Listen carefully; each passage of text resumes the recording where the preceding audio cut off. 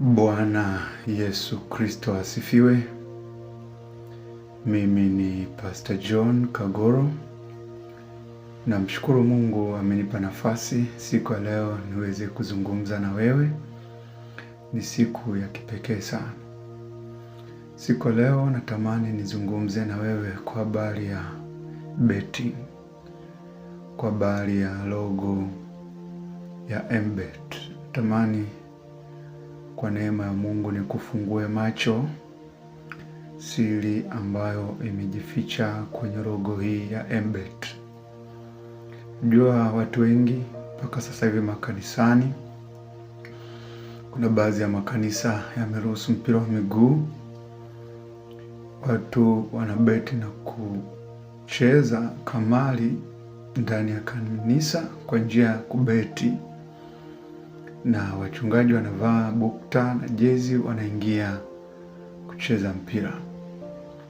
Na watu wengi hawajui hatari iliyojificha katika betting na mpira wa miguu. Sasa leo nitatamani tuiangalie logo ya MBet.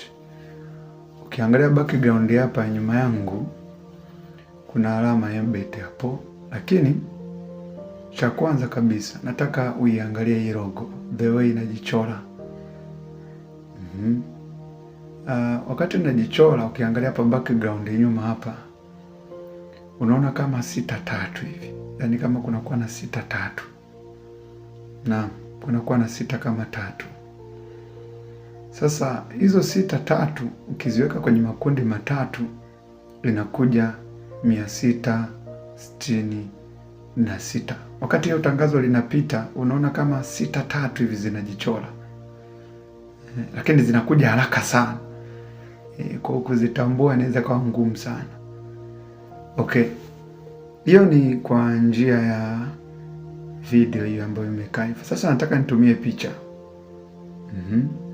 Naomba iangalie hii picha, iangalie logo ya MBet.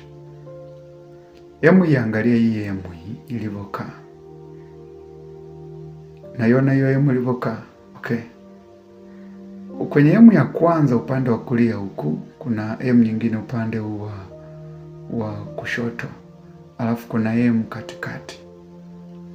Kuna kalama katikati. Ni hemu fulani imechorwa namna ambayo ni M, inaonekana kama M, lakini mimi nataka uzikate.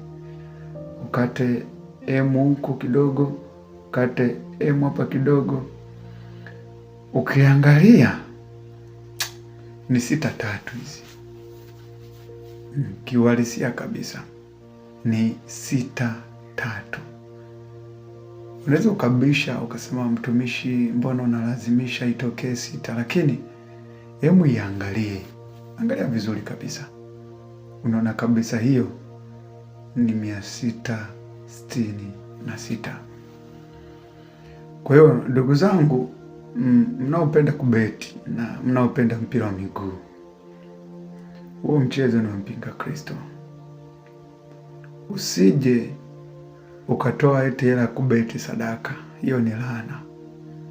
Hiyo ni laana sana mbele za Mungu. Unakuwa unamtukana Mungu. Inakuwa ni ujira wa kahaba unaupeleka madhabahuni. Na kitu kingine utakuwa ufahamu ni kwamba mpira wa miguu ni sanamu. Ni sanamu.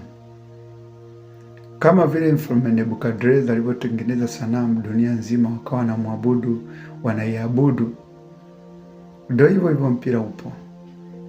Watu wa kila dini, kila kabila, kila rangi wanashabikia mpira. Ni dini hiyo, ni dini ya uongo ambayo ipo katika mkono wa Ibilisi. Ninakuonya ndugu yangu, wewe ambaye unatamani siku moja umwone Mungu baada ya maisha haya. Mpira wa miguu na kubeti ni dhambi mbaya sana mbele za Mungu. Yaani uone kuwa muabudu sanamu. Na kitabu cha Kutoka mlango wa 20 kinasema usiwe na miungu mingine. Kwa hiyo utahukumiwa kama muabudu sanamu. Unaweza usiwe unaiabudu sanamu ya Bikira Maria, lakini kusabikia mpira wa miguu ikawa ni dhambi ambayo linakuhukumu wewe kama mwabudu sanamu. Mungu akutunze, Mungu akukumbuke. Shalom, shalom. Amen.